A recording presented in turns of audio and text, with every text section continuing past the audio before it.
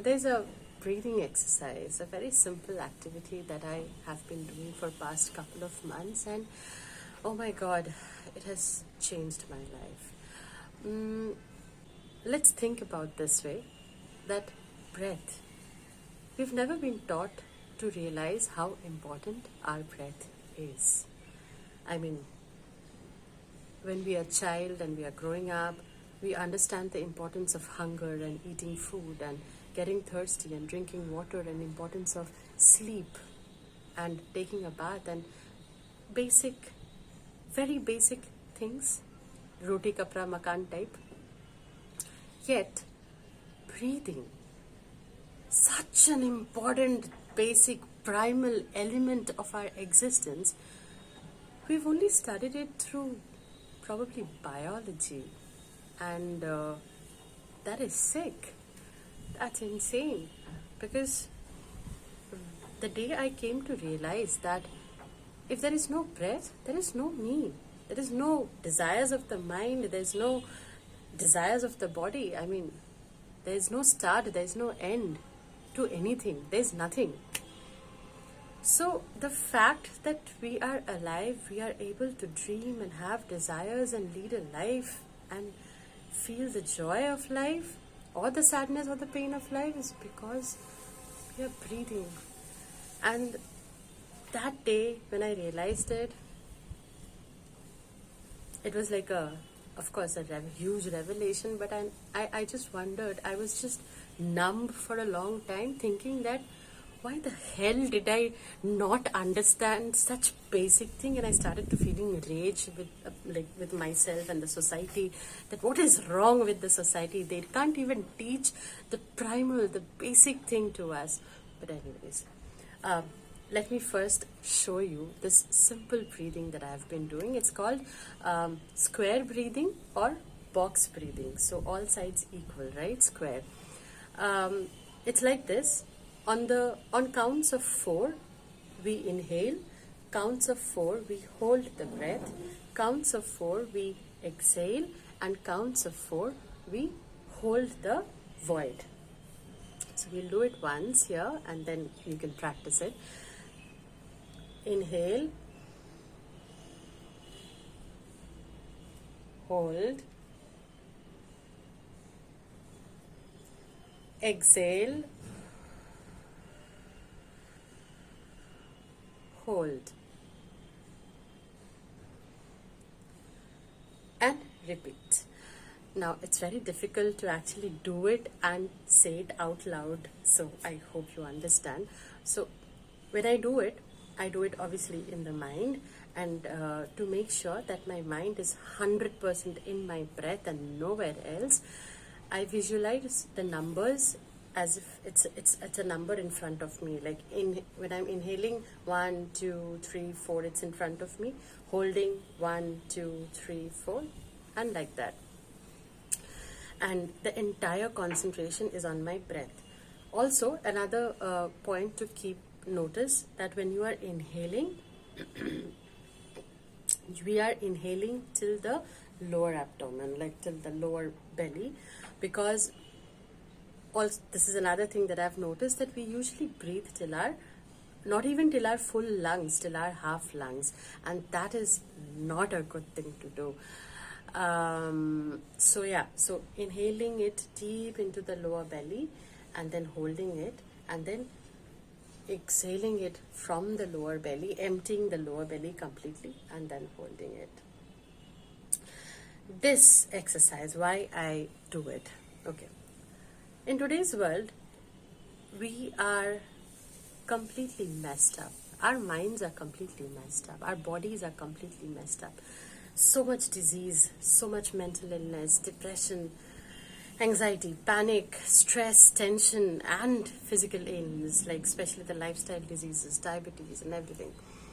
Now, I have been going through depression for the past 10, 12 years now. So I hope I am towards the tail end of it, and probably all these realization I am having is because of the crazy dark journey that I have been going through for the past so many years. So The biggest lesson that I learned is that the word depression, if we see, depression means a deep space between two land masses, right? That's how English defines depression. I realized that depression is actually that deep gorge between the mind and the body.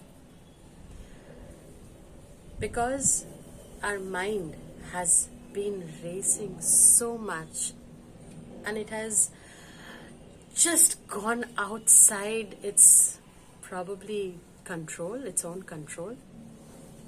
And the body, the structure form, the form is so far away from the desires of the mind that there is this deep gorge of void, of darkness, of filled with chaos that has filled in.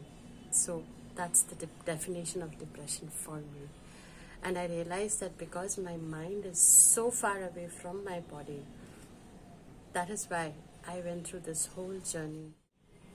Because body holds a lot of wisdom.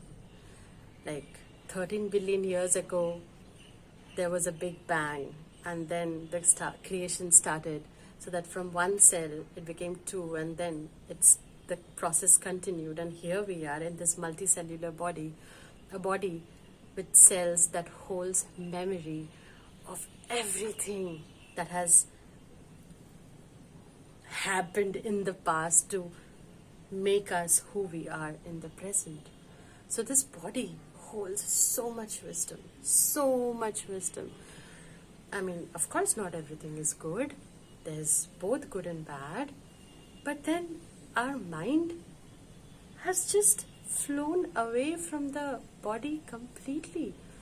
It is just going on creating and creating and creating without even realizing that you are stretching too far away from the body, and that is why the disconnect between the mind and the body has led to the spiritual disconnect in people, to the emotional disconnect in people that we see in the world today. The fact that we are so far away, we are always in the mind, we are constantly cultivating,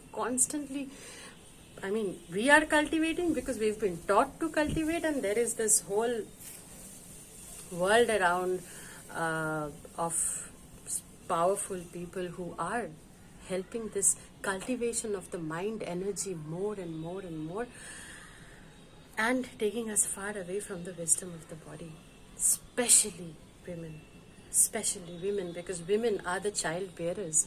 Women are creating the next life form, the next generation life from inside the body, from the elements of the body, with the same cells and blood and bone. So if we are keeping our mind far away from the wisdom of the body, then what are the memories that we are giving to the next generation? I mean, as I say this, I'm having goosebumps in like my complete body, but that's the truth. Since we women are not aware of our body, we are not aware of the wisdom, the cycle of our body, the cycle that is in tune with this, with the environment, with the nature, with the moon, with the earth. We are creating our next generation which is not having the right memory, the memory of the wise old past. And also, therefore, the men who are being born out of the same womb as that of that woman are not being able to carry the seeds. They carry seeds, right? I mean, we are the eggs and they are the seeds. So they are not being able to carry the right seed that will lead us, or that will continue the process of life in a balance. Like, there shouldn't be so much chaos. I mean, should is not a word I use, but we don't have to have so much of chaos and confusion in the world that we have today. We have lost innocence, we have lost honesty, we have lost sensitivity. Is that good? No. we are deep into physical ailments because and the business of health and medicine is just booming. Why? Because we are not giving importance to the wisdom of the body. We are not thinking. I mean, we are thinking, but in a very wrong direction. So coming back to breath, because there's a lot I spoke, like it's 11 minutes almost.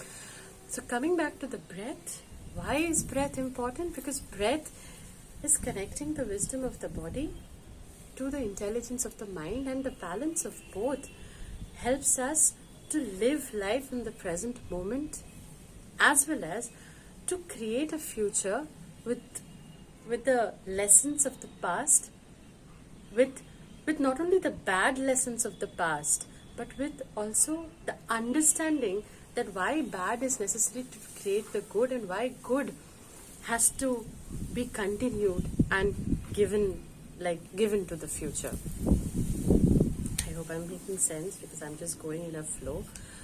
But yeah, this is something that I really wanted to share with everyone, and I pray that people, all of us, this world comes out of this spiraling darkness and comes out into the light of the consciousness, and the light of the consciousness is in our breath. Our breath is the map of each individual being, who we are as a person, the identity of a self. Breath has a huge part to create that self, as well as to keep us in balance, so that we live in balance, in harmony with the society, the community we surround with. And if you guys watch Netflix series, some Korean dramas and the old movies and all the kung fu movies and all, you will see that the importance about breath is told in these movies and series, and it's just that we never got to learn it from our mothers and fathers and grandparents. For some reason, all these basic primary knowledge has been cut off, probably because our mind went into a lot of darkness. All the, we started basically getting into the sins of the mind and not the good things that we have as humanity. So that is why the Dark Age, and that is why the Kali Yuga and everything. But let's not go there, because that is again something. There's a lot of opinions and ideas and different thought forms about all these eras and times and everything. But what is most important is to be in the present moment, and to be in the present moment, breath is the is the root. Like, we root in the present moment through our breath. And something else I wanted to say was that